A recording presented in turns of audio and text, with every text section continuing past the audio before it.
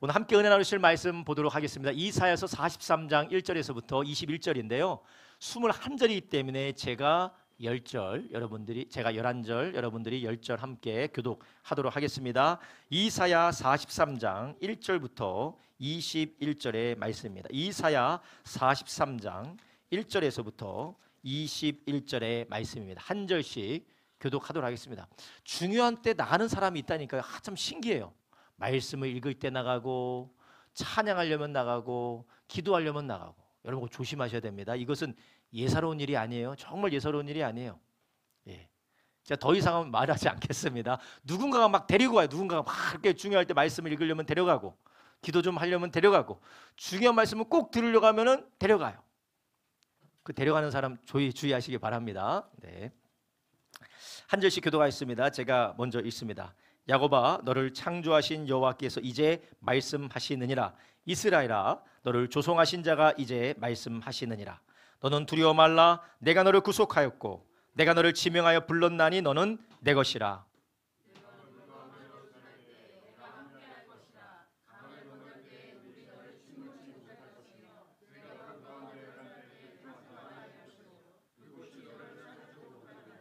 대저 나는 여호와 너의 하나님이요 이스라엘의 거룩한 자요 내 구원자임이라. 내가 애굽을 너의 속량물로 구스와 스바를 너의 대신으로 주었노라.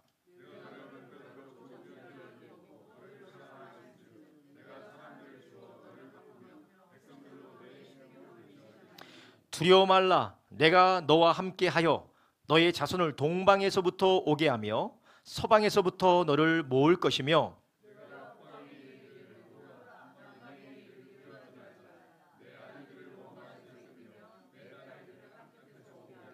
무릇 내 이름으로 일컫는 자 곧 내가 나의 영광을 위하여 창조한 자를 오게 하라. 그들을 내가 지었고 만들었느니라. 열방은 모였으며 민족들이 회집하였은즉 그들 중에 누가 능히 이 일을 고하며 이전 일을 우리에게 보이겠느냐. 그들로 증인을 세워서 자기의 옳음을 나타내어 듣는 자들로 옳다 말하게 하라.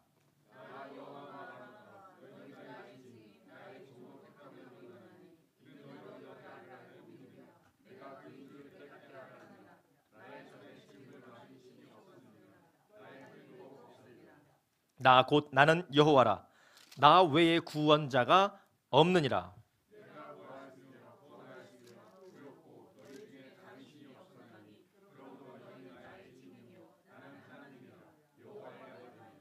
과연 태초부터 나는 그니 내 손에서 능히 건질 자가 없도다. 내가 행하리니 누가 막으리요.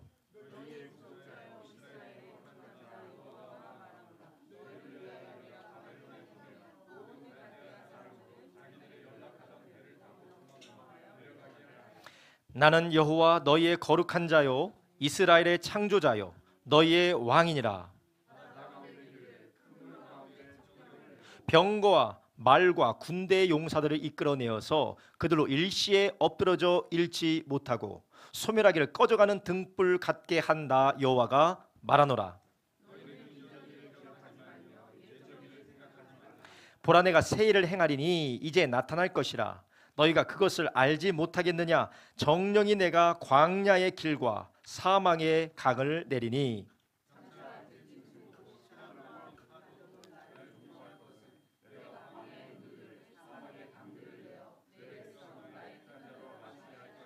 함께 있습니다. 이 백성은 내가 나를 위하여 지었나니 나의 찬송을 부르게 하려 함이니라. 아멘.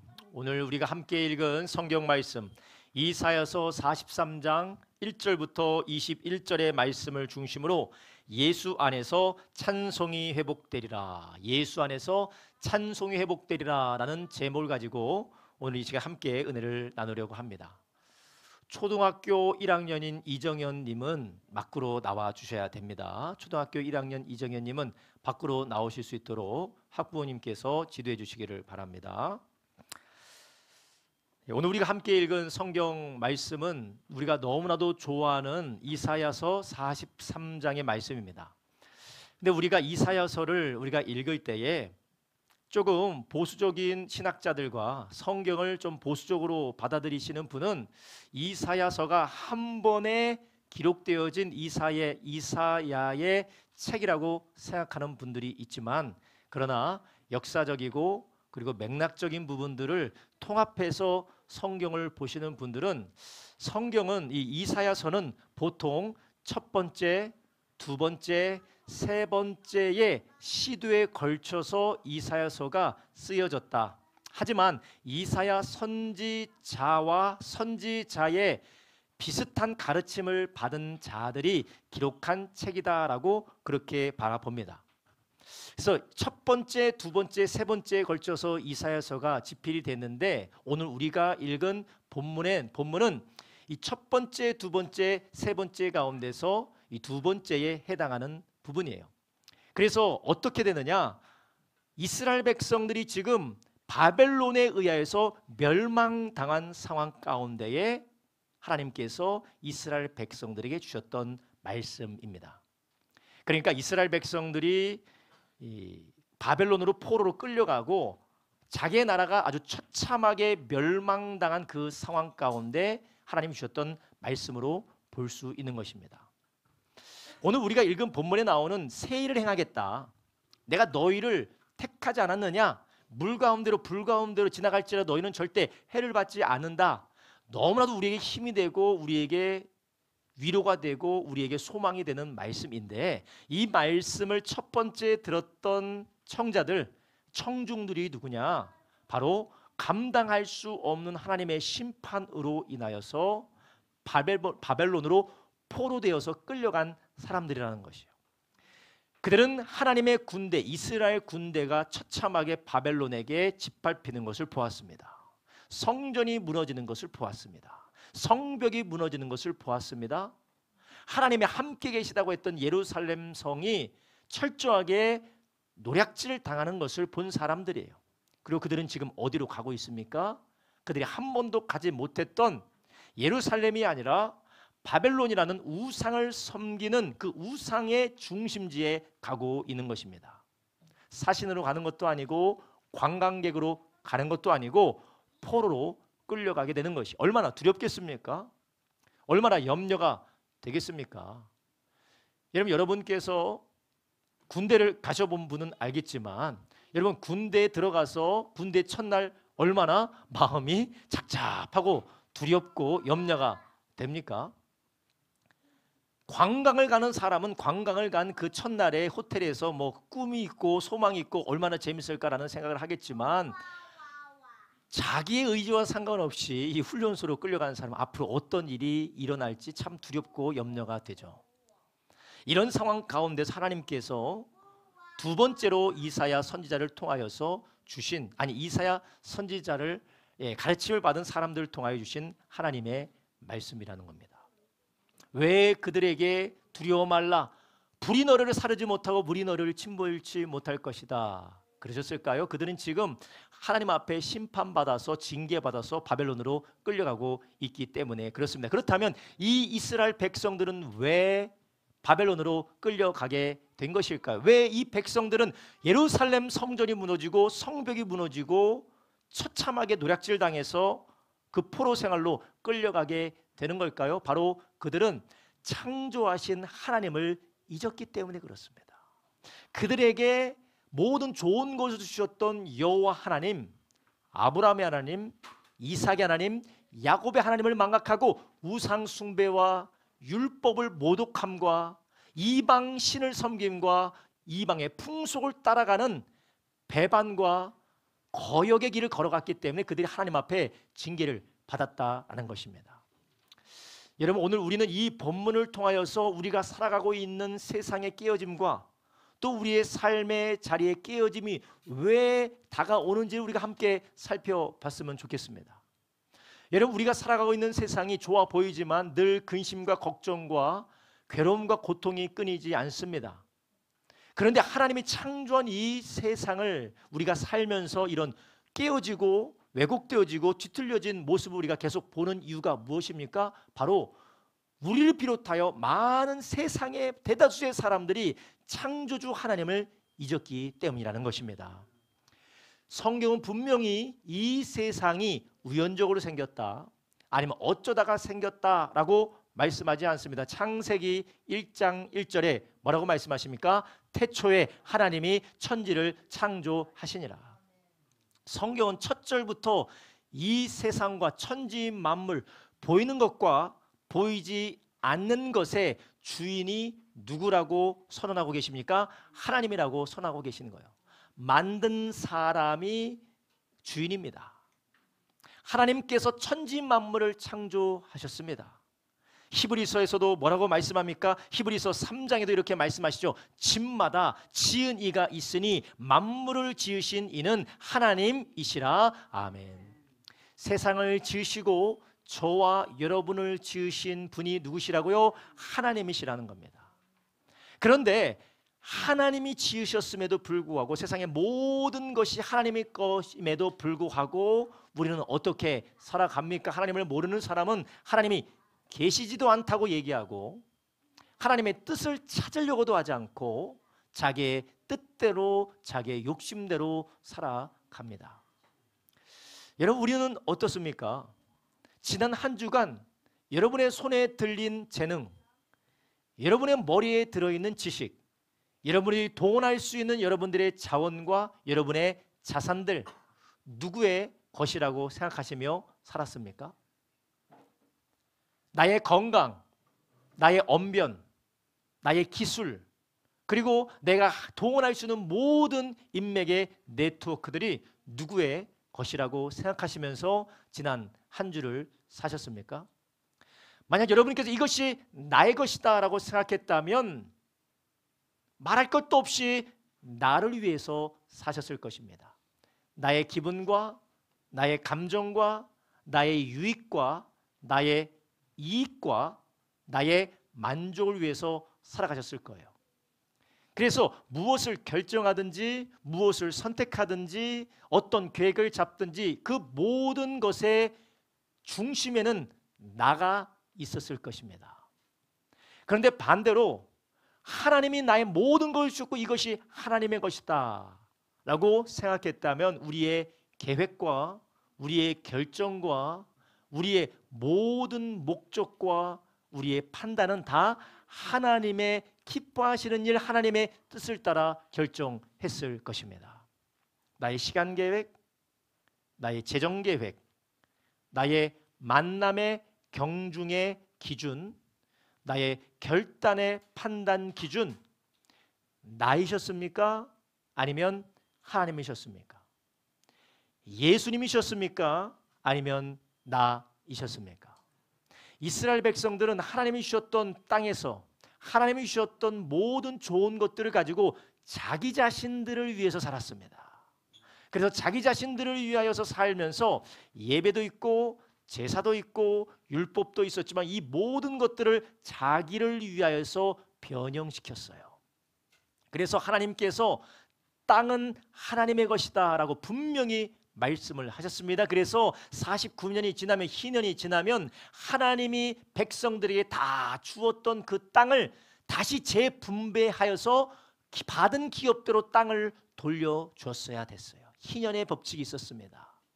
근데 그것을 분명히 알고도 부자는 부자대로 그것을 돌려주지 않았어요. 하나님께서 이스라엘 백성들 모든 지파들에게, 모든 족장들에게 땅을 주셨습니다. 그 땅은 지게 속으로 옮길 수 없는 하나님 주신 땅이에요. 절대로 이것은 만져서는 안 됩니다. 그런데 시간이 지나면 어떤 사람은 부지런하고 어떤 사람은 잘 못하고, 그래서 흉년이 들 때에 그 땅을 담보로 양식을 빌립니다. 가난해지기 때문에 양식을 빌리고 또 여러 가지 생활고 때문에 양식을 빌립니다. 그러면 그 땅을 담보로 양식을 빌렸는데 그 땅에 대한 돈을 갚지 못하면 어떻게 될까요? 그 땅을 넘겨주는 거예요.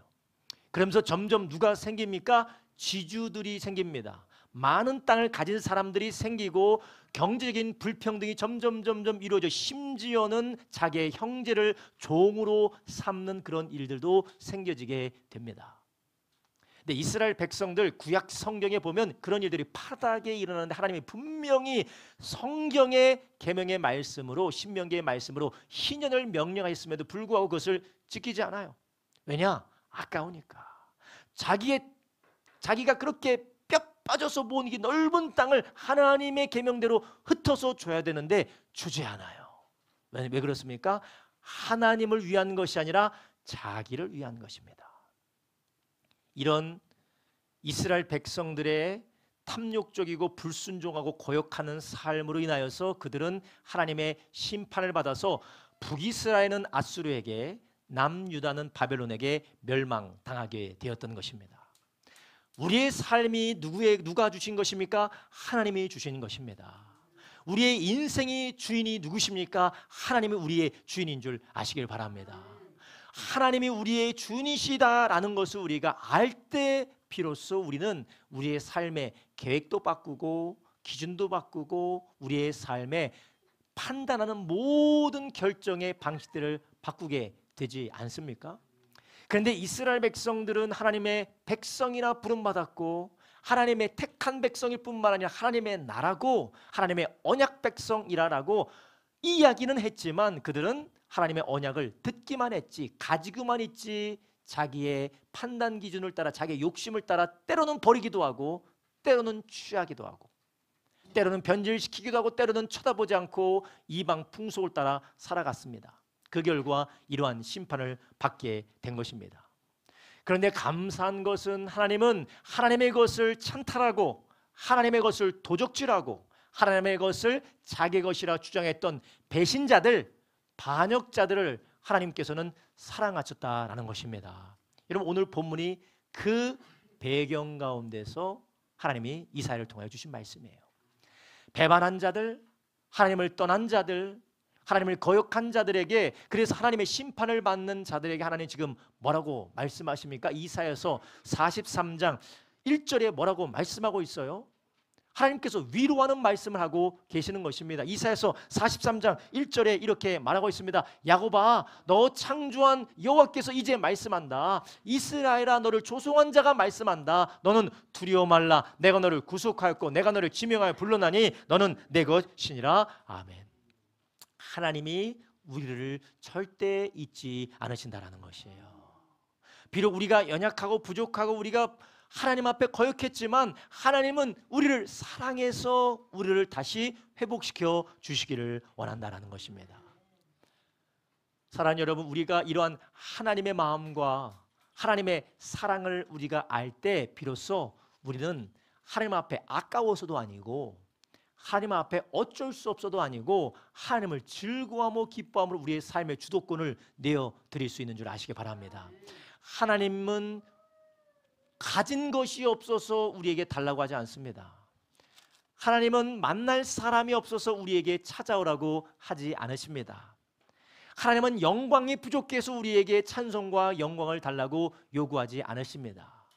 우리가 하나님 앞에 드릴 때, 우리가 하나님 앞에 순종할 때, 나아갈 때, 우리가 하나님을 찬양할 때 우리에게 하나님이 주시는 복이 풍성해지기 때문에 하나님은 우리를 그렇게 부르시고 명령하시고 이끌어 가시는 줄 아시기 바랍니다. 왜냐하면 우리는 하나님의 영광을 위하여 창조되었기 때문에 그래요. 우리 한번 첫 번째 따라합니다. 우리는 하나님의 영광을 위해 창조되었습니다. 할렐루야. 하나님은 우리를 지으셨다라고 말씀드렸죠. 하나님이 우리를 지으셨기 때문에 우리를 아십니다. 하나님 우리를 만드셨기 때문에 우리가 어떠한 존재이고 어떨 때 가장 빛이 나고 어떨 때 가장 존귀하게 되는지 하나님은 알고 계세요. 하나님은 우리가 내 맘대로 살 때 나의 유익과 만족과 나의 뜻을 위해 살 때가 아니라 하나님의 영광을 위해서 살도록 저와 여러분이 지음받은 줄 아시길 바랍니다. 여러분 이 세상에서도 부모님들이 자녀들에게 그렇게 얘기를 하잖아요. 너는 웃을 때가 가장 빛이 나. 여러분 그렇지 않습니까? 여러분 아내에게, 남편에게, 여러분 자녀들에게 그런 얘기 하지 않습니까? 당신은 웃을 때가 가장 빛이 나. 기분 나쁘니까 웃지 말라고 하시나요? 아니죠. 웃을 때 가장 빛이 납니다. 하나님이 우리를 지으실 때 어떻게 지으셨느냐? 하나님 앞에 찬송하고 영광 올려드리도록 우리를 지으셨다라는 것입니다. 그래서 이사야서 43장 21절은 뭐라고 합니까? 내가 내 백성을 내가 지었나니 나의 찬송을 부르기 위해서 내 백성을 지었다라는 것이에요. 여러분, 우리는 이것을 기억하셔야 됩니다. 하나님이 우리를 지으셨고 우리의 가장 복된 것과 우리의 가장 유익한 것과 우리의 복지가 진정한 복지와 축복이 무엇인지 하나님은 우리를 향하여 알고 계세요. 그리고 그것을 우리에게 말씀하시고 명령하고 계신 줄 아시기 바랍니다.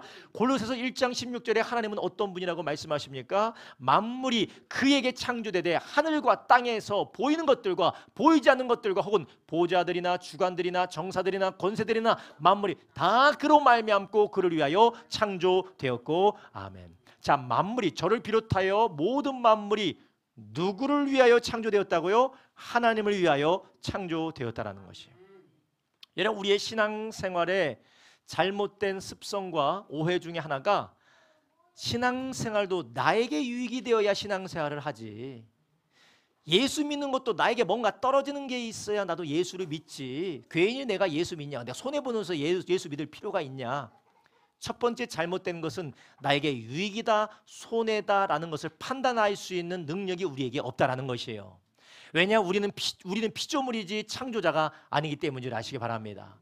하나님만이 무엇이 우리에게 복되고 무엇이 우리에게 유익이 되는지는 하나님만이 바로 알고 계신 줄 아시기 바랍니다.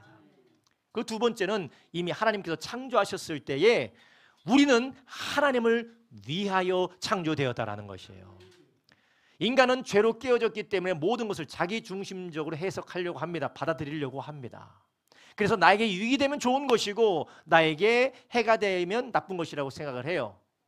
먼저는 이 유익과 해를 판단하는 기준도 무너졌겠지만 모든 것이 내 중심이기 때문에 하나님께 영광이 되느냐 하나님의 기쁨이 되느냐가 생각하는 것이 아니라 모든 판단의 기준이 나라는 것입니다. 이스라엘 백성들이 모든 판단과 결정과 그들의 가였던 방향이 자기들이었던 것처럼 우리도 하나님 앞에 온전한 사랑으로 말씀으로 인도받지 않으면 우리는 모든 기준이 어떻게 됩니까? 나라는 것이에요. 여러분, 그렇기 때문에 우리가 신앙생활을 할 때 지난주에 말씀드렸죠. 가장 위험한 신앙생활이 무엇입니까? 나의 소신대로 하는 신앙생활입니다. 내가 생각할 땐 이렇다라는 거예요.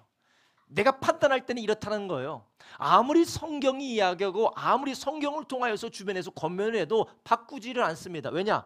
내 기준, 나에게 유익이 안 되는데, 나는 전혀 그게 납득이 안 되는데, 그건 성경이 하는 말이고 지금 세상이 돌아가고 내가 판단하고 내가 포착한 세상의 이치는 절대 그렇지 않다라고 이야기를 해요. 근데 여러분, 창조하신 하나님께서 제대로 보실까요? 아니면 창조하신 하나님이 창조한 피조물이 우리가 제대로 볼 수가 있을까요? 이스라엘 백성들은 하나님을 섬긴다고 했습니다. 이스라엘 백성들은 하나님께 영광을 돌린다고 했습니다. 그러나 그것은 결국 하나님을 거역하고 거절한 반역이었습니다. 성경이 이렇게 말씀하십니다. 시편 148편 5절에 이렇게 말합니다. 그것들이 여호와의 이름을 찬양할 것은 저가 명하심에 지음을 받았음이로다. 아멘.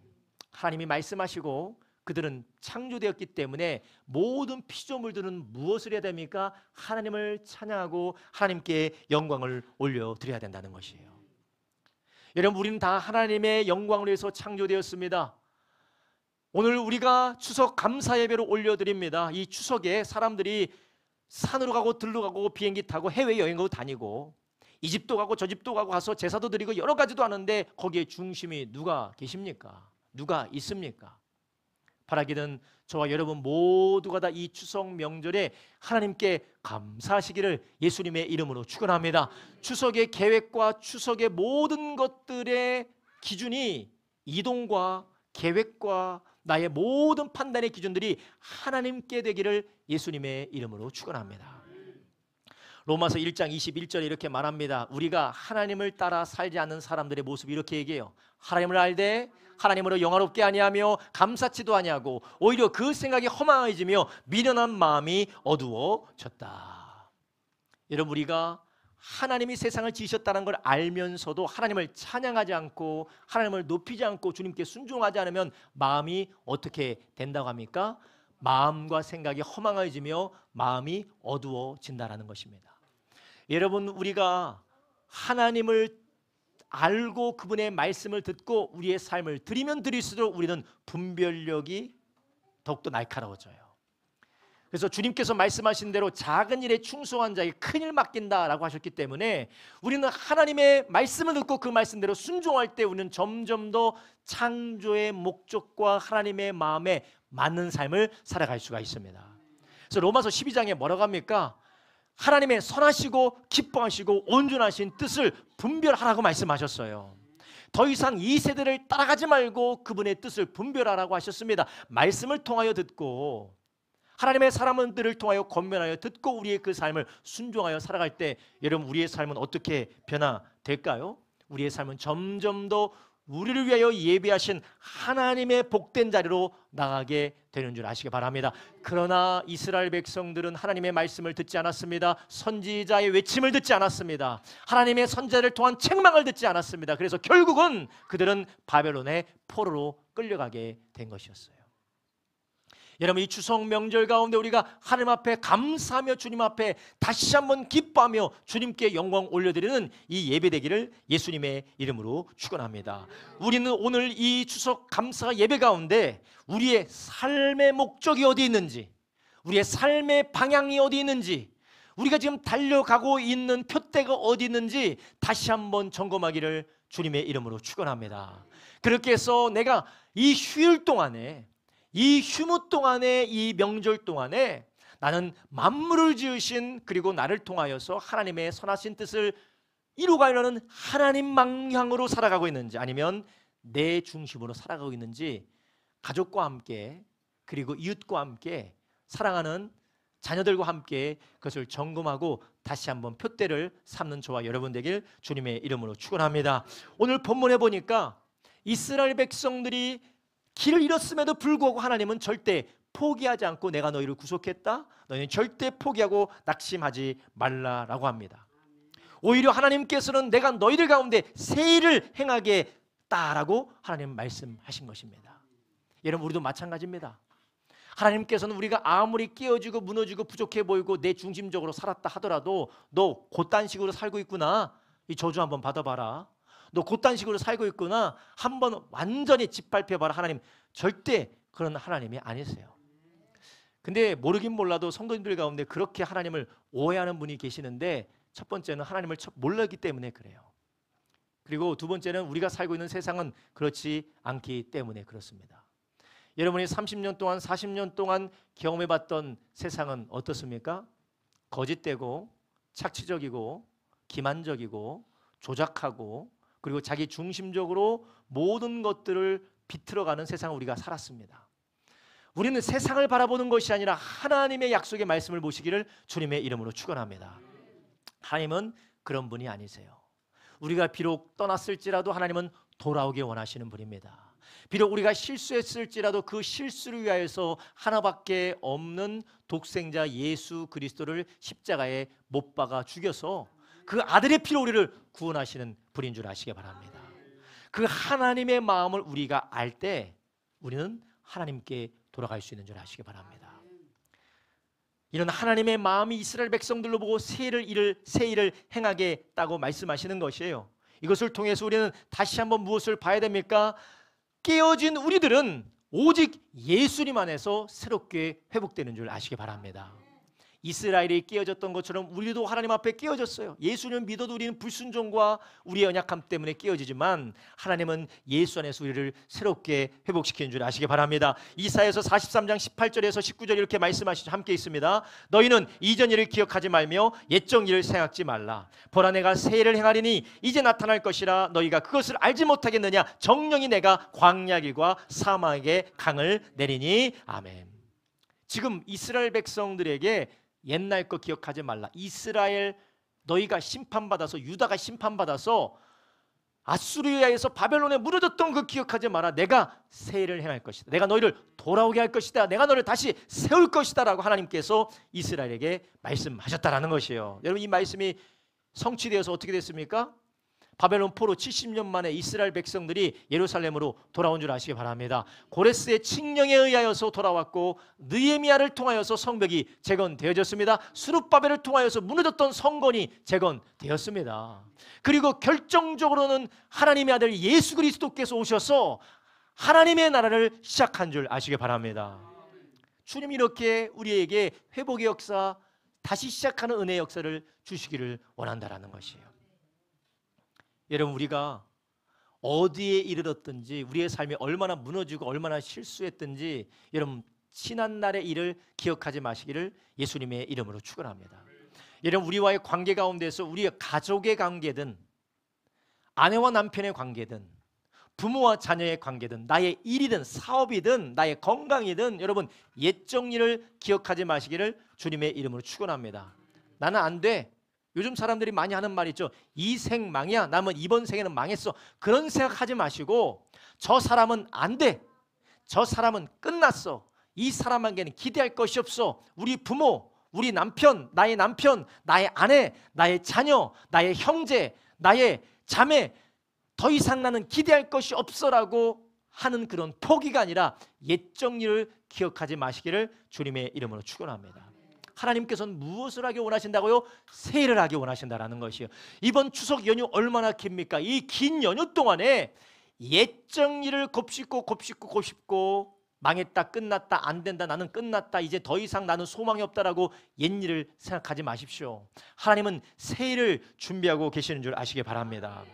이스라엘을 향하여 새 일을 준비하셨던 그 하나님이 우리 가정과 우리의 자녀와 우리의 부모와 나의 남편과 나의 아내와 나의 자녀와 나의 형제들에게 새 일을 준비하고 계시는 줄 아시기 바랍니다. 근데 이 새 일이 어떻게 준비되어지고 이루어집니까? 나의 노력이 아니죠. 나의 열심도 아닙니다. 내가 관계하는 그 대상의 역량 때문도 아닙니다. 하나님 때문에 되는 줄 아시기 바랍니다. 그래서 고린도 후서 5장 17절에 하나님께서 이런 새 일을 무엇을 통해서 행한다고 하십니까? 함께 읽어봅니다. 누구든지 그리스도 안에 있으면 새로운 피조물이라. 이전 것은 지나갔으니 보라 새 것이 되었도다. 할렐루야. 이전 것을 지나가게 하시는 분이 누구십니까? 예수 그리스도라는 것입니다. 이스라엘의 이전 일을 지나가게 하시는 분이 예수 그리스도고, 우리의 이전 일을 지나가게 하시는 분이 예수 그리스도시고, 우리의 가정의 이전 일을 지나가게 하시는 분은 예수 그리스도라는 것이요. 나와 남편과 나와 아내와의 관계의 이전일을 지나가게 하시는 분도 예수 그리스도고, 부모와 자녀와의 이전일을 지나가게 하시는 분도 예수 그리스도라는 것입니다. 나의 건강과 나의 경제와 나의 사업과 나의 직장과 지금까지 살아왔던 나의 인생의 모든 것을 옛일로 지나가게 하시고 새 일을 열어가게 하는 것은 우리의 피땀 흘린 노력이 아닙니다. 우리의 혁신적인 발상이 아닙니다. 예수 그리스도가 새 길을 열어가시는 분인 줄 아시기 바랍니다. 그래서 성경은 계속해서 아버지의 새 일을 행하는 것, 하나님의 새 일을 행하는 것은 힘으로도 안 되고 능으로도 안 되고 오직 예수 그리스도의 영 성령으로만 된다고 말씀하시는 것이에요. 여러분, 왜 우리에게 새 일을 예수 그리스도만이 하실 수 있을까요? 바로 문제의 근원 때문에 그렇습니다. 우리가 계속해서 이 세상의 썩어짐에, 이 세상의 깨어짐과 사망의 종로를 타는 이유가 무엇입니까? 저와 여러분의 죄 때문인 줄 아시기 바랍니다. 자기 중심적인 사고에서 절대로 벗어나지 못하는 죄, 세상의 악한 구조와 사람들의 악한 죄성 나에서 오염될 수밖에 없는 우리의 죄, 악한 사탄이 역사여서 우리를 사망 권세 가운데 사로잡아 속박되게 할 수밖에 없는 그런 죄, 그런 죄의 권세 때문에 우리는 이전에서 과거에서 벗어날 수가 없습니다. 우리 가정의 속박에서 벗어날 수가 없어요. 우리 어머니 아버지 때에 있었던 속박이 자녀의 때에 내려옵니다. 형제 자매와 매였던 것이 풀어지지가 않습니다. 왜냐? 서로가 양보할 수도 없고 마음이 바뀌지 않기 때문에 그렇습니다. 영적으로든 육적으로든 어떤 상황에서든지 우리의 삶의 가난의 고리도 끊을 수가 없습니다. 질병의 고리도 끊을 수가 없습니다. 불화의 고리도 끊을 수가 없습니다. 악한 성품의 고리도 끊을 수가 없어요. 악한 성품이란 고약한 성품에 고약한 거. 여러분, 아빠 고약하면 자녀도 보통 고약합니다. 엄마 고약하면 보통 자식도 고약해요. 이 고약한 고리를 끊을 수가 없어요. 그런데 예수 안에서 끊어진 줄 아시기 바랍니다. 왜냐하면 예수님이 십자가에서 피 흘려 죽으심으로 이 모든 죄의 속박과 저주의 값을 치러 주셨기 때문에 그렇습니다. 골로새 1장 20절에 뭐라고 하십니까? 그의 십자가의 피로 화평을 이루사 만물 곧 땅에 있는 것들이나 하늘에 있는 것들이 그로 말미암아 자기와 화목하게 되기를 기뻐하심이라. 아멘. 하나님과 막혀 있었던 죄 때문에, 저주 때문에, 하나님과 끌어놨던 저주 때문에 하나님과 화목하지 못해서 깨어지고 분열되어지고 문제가 생깁니다. 그런데 이것을 누가 해결하셨다고요? 예수께서 해결하셨다라는 거예요. 예수님의 십자가의 피로 말미암아 이 모든 것들을 화목시켜 주셨다라는 것입니다. 그래서 우리는 어떻게 해야 될까요? 예수님을 바라보며 새해를 기대하기를 주님의 이름으로 축원합니다. 시간 많이 남았어요. 많이 남았어요. 예. 한 포인트 남았고 성경 구절 3개 남았습니다. 예. 이제 안 줘서 그래요. 제가 안 드려서. 자, 이거 받으시면 예. 죄송합니다. 제 잘못이에요. 우리가 상황을 바라보면서 낙심하지 말라는 것이요. 우리 남편은 안 돼. 끝났어. 이번 생에는 끝났어. 우리 자식은 안 돼. 절대 안 돼.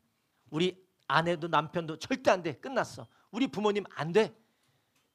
내 누나 안 돼. 내 동생 안 돼. 내 형 안 돼. 내 이 안 돼. 다 안 돼.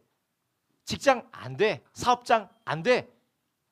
저 부자인 부모의 밑에서 태어난 사람만 되는 거지. 안 돼. 다 안 돼. 예, 그것이 맞는 말일 수가 있습니다. 그러나 예수님이 계시다면 그것은 틀린 말인 줄 아시기 바랍니다. 왜냐, 주님께서 분명히 말씀하셨어요. 이전 것은 지나갔으니 보라 우리가 새 것이 되었도다. 우리는 더 이상 육신의 아버지 어머니의 자녀가 아닙니다. 우리는 하나님의 자녀인 줄 아시기 바랍니다. 그 하나님의 자녀라는 증거로 하나님께서 우리에게 무엇을 보내주셨어요? 성령을 보내주신 줄 아시기 바랍니다. 할렐루야. 우리는 성령이 계시는 하나님의 자녀들이에요. 그래서 하나님의 자녀들에게는 하나님께서 새해를 허락해 주시는 줄 아시기 바랍니다. 아프리카에 살던 아이가 한국의 중산층에게 입양이 됐습니다. 무엇이 바뀌겠습니까? 옷이 바뀝니다. 먹는 게 바뀝니다. 교육받는 게 바뀝니다. 언어도 바뀝니다. 위생도 바뀝니다. 지위도 바뀝니다. 우리가 예수 그리스도 안에서 하나님의 자녀로 입양되었기 때문에, 하나님의 자녀로 거듭났기 때문에 다 바뀌게 되는 줄 아시기 바랍니다. 우리의 육신의 굴레와 우리의 이전 삶의 굴레가 여러분을 붙잡지 못하도록 예수님 안에 충만하기를 주님의 이름으로 축원합니다.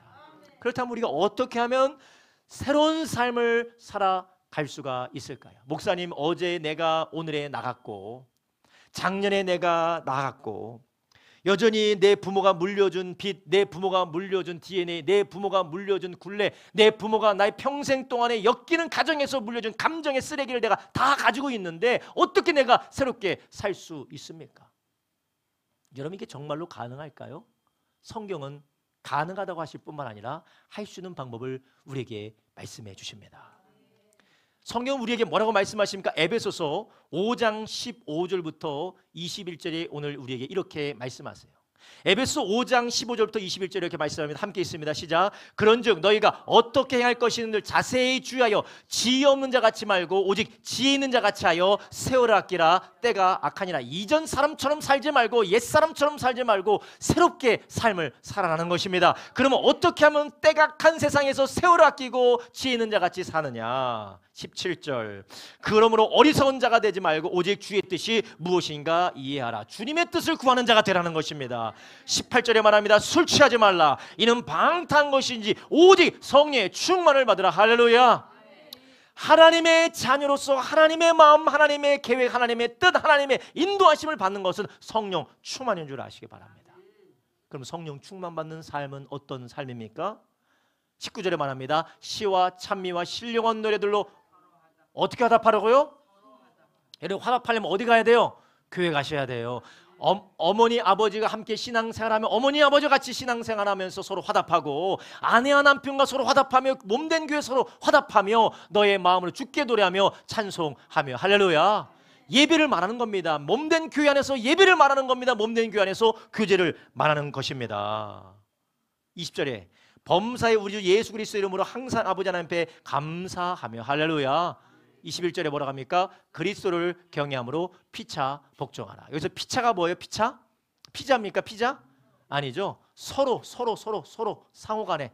여러분, 서로의 상호 간에가 성립되기 위해서는 그 전제 조건이 무엇입니까? 공동체가 있다라는 것이에요.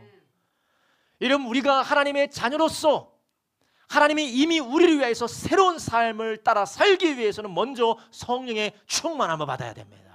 성령의 충만을 받고 성령 충만받은 자매들과 형제들과 함께 서로 화답하면서 찬양하면서 피차 복종하는 저와 여러분 되길 주님의 이름으로 축원합니다. 여러분, 피차 복종하십니까? 아니면 인생 독고다이, 인생 누가 날 책임지냐, 내 마음대로 살겠다라고 살아가십니까? 그렇게 살면 절대로 새 사람의 길을 걸어갈 수가 없습니다. 나는 독고다이로 살 거야. 네가 내 인생 책임져 줄 거야. 네가 내 사업장 책임져 줄 거야. 네가 내 자식 책임져 줄 거야. 난 독고다이로 살 거야. 그냥 선을 지키면서 말하고 살아. 성경 그렇게 말하지 않습니다. 성경은 성령 안에서 하나 되기를 힘쓰라라고 말씀한 줄 아시기 바랍니다. 피차 뭐라고요? 복종하라. 요즘 현대시대에 너무나도 맞지 않는 말이에요. 그러나 피차 뭐라고요? 복종하라. 저도 성도님들에게 복종하고 성도님도 피차 안에 복종하고 서로가 성령 안에서 충만해 성령의 인도대로 복종하며 살아갈 때에 새 사람의 길을 걸어갈 수 있는 줄 아시기 바랍니다. 여러분, 큐티 합시다. 복종 안 해요. 목사님, 큐티는 목사님이나 하시고, 기도합시다. 시간 남는 목사님이나 기도하시고, 예배 시간에 핸드폰 하지 맙시다. 목사님, 설교하시는 목사님이나 핸드폰 하지 마시고, 목장 모임 합시다. 목장 모임 가능한 당신이나 하시고, 우리가 함께 복음을 위해서 헌신합시다. 여유 많은 당신이나 하시고, 용서하고 용납합시다. 성격 좋은 당신이나 하시고. 아닙니다. 우리는 뭐 해야 되는 거? 피차 복종하길 주님의 이름으로 축원합니다. 이것은 저에게도 해당되는 거예요. 목회자가 말한 대로 복종하라는 말이 아닙니다. 저도 성도님들이 권면하시고 성도님들이 기도를 통하여서 이런 방법이 옳지 않습니까? 할 때 저도 복종해야 되는 의무가 있는 거예요. 목회자는 지도할 수 있는 지도하는 자리에 있지만, 그러나 그 지도하는 자리에서도 복종해야 되는 의무가 저에게도 있습니다. 성령 안에서. 그렇다면 성도님들도 마찬가지가 아니시겠습니까? 서로와의 마찬가지가 아니겠습니까? 그렇게 될 때 우리는 어떻게 된다라고 말씀하십니까? 피차 복종할 때 우리는 성령 안에서 새 길을 걸어가게 되는 줄로 믿습니다. 이렇게 우리가 성령 안에서 새 길을 걸어갈 때 하나님은 우리를 어떻게 이루어 가십니까? 마지막으로 하나님은 우리가 하나님의 자랑이 되게 하는 줄 아시기 바랍니다. 할렐루야. 하나님이 우리가 바로 하나님의 자랑이 되게 하신다라는 것이에요. 우리가 성령을 따라서 충만받고 주의 뜻이 무엇인지 이해하기 위해서 성경 공부하고 피차 복종하기 위해서 목장 모임하면서 리더십들과 그리고 목자들과 서로가 감동받는 말로 권면을 받으며 격려를 받을 때에 우리는 모르지만 우리도 모르는 사이에 변화되고 새로워지고 하나님의 능력이 부어져서 우리가 어떻게 됩니까? 하나님의 자랑이 되게 될 줄로 믿습니다. 그래서 하나님께서 오늘 본문에 말씀하셨죠. 내가 광야의 길을 내고 사막의 강을 낼 것이다. 모든 민족들이 너희를 보고 하나님이 역사하셨다는 걸 보고 부러워하게 될 것이다. 할렐루야. 이사야서 43장 21절 이렇게 말합니다. 이 백성은 내가 나를 위하여 지었나니 나의 찬송을 부르게 하려 함이니라. 아멘. 그래서 너희들이 나의 영광, 나의 찬송이 될 것이다. 너희들이 나의 영광이 될 것이야. 너희들이 나의 찬송이 될 것이야. 세상 가운데서 너희들 때문에 모든 사람들이 나에게 영광을 돌리게 될 것이다. 사랑하는 성도님들, 우리가 예수 그리스도 안에서 그리스도의 영이신 성령으로 그리스도의 몸된 교회 안에서 성령 충만받고 피차 복종하고 서로를 격려하고 시와 찬미와 신령한 노래들로 화답하며 사랑으로 하나 되어질 때에 복음을 증거하는 삶을 살 때에 우리는 하나님의 나라를 이루어가는 자랑이 되게 될 줄로 믿습니다. 에베소 1장 11절부터 12절에 우리에게 이렇게 말씀하십니다. 모든 일을 그 마음에 원대로 역사하시는 자의 뜻을 따라 우리가 예정을 입어 그 안에서 기업이 되었으니 이는 그리스도 안에서 전부터 바라던 우리로 그의 영광의 찬송이 되게 하려 하심이라. 아멘. 이 모든 것이 어떻다고요? 하나님의 예정인데 그 예정 가운데 11정 전반부에 뭐라고 하십니까? 모든 일을, 자 보세요. 모든 일을 어떻게 역사하신다고요? 모든 일을 그 마음의 원대로 역사하시는 자의 뜻대로 우리가 부름받았다라는 거예요. 제한이 없습니다. 나는 내 상황 때문에 안 돼. 나는 나의 현실 때문에, 그게 아니라는 거예요. 하나님이 원하시면 다 되는 줄 아시기 바랍니다. 안 된다고 하지 마십시오. 안 된다고 하지 마세요. 안 된다고 하려면 기도 안 하면 안 돼. 할렐루야. 안 된다고 하려면 나는 이래서 안 돼, 나는 저래서 안 돼, 나는 이래서 안 돼, 우리 부모가 이래서 안 돼, 우리 자녀가 이래서 안 돼, 내가 이게 없어서 안 돼, 이게 내가 못 해봐서 안 돼, 내가 안 해봐서 안 돼, 이것은 이래서 안 돼가 아니라 기도 안 하면 안 돼. 불신앙 가지면 안 돼. 마귀에게 미혹당하면 안 돼. 불순종하면 안 돼. 이런 안 돼를 하시기를 주님의 이름으로 축원합니다. 다른 거는 다 아멘 하시길 주님의 이름으로 축원합니다. 그리스도 안에서 모든 약속은 다 예와 아멘이 되느니라. 할렐루야. 여러분, 그리스도 안에서 우리는 예수님 안에서 새 삶을 우리는 부여받았고 이미 우리는 그 길을 위해서 달려가도록 성령으로 부름을 받았습니다. 우리가 예수님 안에서 찬송이 되게 하기 위하여서 하나님은 예정하셨다는 거예요. 기쁘신 뜻대로 자기 소원대로 역사하시는, 원대로 역사하시는 그 하나님의 전능하신 손길이 저와 여러분을 빚어가기를 원하시는 줄 아시기 바랍니다. 그 손은 불가능이 없습니다. 그 손은 부족함도 없습니다. 그 손은 대적할 사람도 없습니다. 그렇기 때문에 우리 이 손을 붙들고 성령의 인도받기를 예수님의 이름으로 축원합니다. 마지막으로 이러한 우리의 삶이 어떠한 삶이 돼야 될까요? 그 주님의 손에 붙들려서 성령 인도받는 삶을 살아가는 삶의 모델은 어떤 모델이 돼야 될까요? 마지막으로 베드로전서 2장 9절에 우리가 궁극적으로 살아야 될 삶을 이야기하고 있습니다. 함께 있습니다. 오직 너희는 택하신 족속이요 왕같은 제사장들이요 거룩한 나라요 그의 소유된 백성이, 이는 너희를 어두운 데서 불러내어 그의 기이한 빛에 들어가게 하신 자의 아름다운 덕을 선전하게 하려 하심이라. 아멘. 이제 우리가 기이한 빛으로 빚어가고 변화되어지는 모습을 통해 우리는 무엇을 증거합니까? 하나님의 아름다운 덕을 선전하는 사람이 된다라는 것입니다. 아름다운 덕을 선전하는 게 무엇입니까? 복음을 증거하는 것이에요. 예수님이 나를 구원하셨습니다. 예수님만이 우리의 소망이 됩니다. 하나님이 우리를 사랑하셔서 독생자 예수 그리스도를 보내주셨습니다. 그분을 믿으면 우리는 영원히 살 수 있습니다. 영원하신 하나님이 오늘 성령을 보내주셔서 우리로 살게 하십니다. 아름다운 덕을 선전하는 저와 여러분 되길 주님의 이름으로 축원합니다. 2025 헤브니 페스티벌 다음 주에 우리가 시작합니다. 어린아이들 뮤지컬로부터 시작하는데 그 모든 축제 가운데 아름다운 덕을 선전하는 저와 여러분 되길 예수님의 이름으로 축원합니다. 그래서 왕같은 제사장으로서 사람들을 이끌어 하나님께로 데려오고 하나님의 택하신 족속으로서 우리가 하나님의 일을 감당하는 저와 여러분 되길 예수님의 이름으로 축원합니다. 기도하겠습니다. 하나님 아버지, 지난 날이 예수 안에서 지나갔음을 믿습니다. 주여, 아무리 답답할지라도, 아무리 절망적일지라도, 아무리 답이 나오지 아니하고 아무리 생각해보아도 주님 해법이 보이지 않는 상황이라 할지라도, 모두 다 끝났다라고 하는 상황일지라도 주여 예수 안에 새 길이 있음을 믿습니다. 하나님의 성령으로 말미암아 놀라운 일이 이루어질 줄로 믿습니다. 주여, 이전 것을 지나갔으니 보라 새 것이 되었다는 말씀 붙들게 하여 주시옵소서. 너희는 이전 것을 기억하지 말라 새 일을 행하리라는 말씀 붙들게 하여 주시옵소서.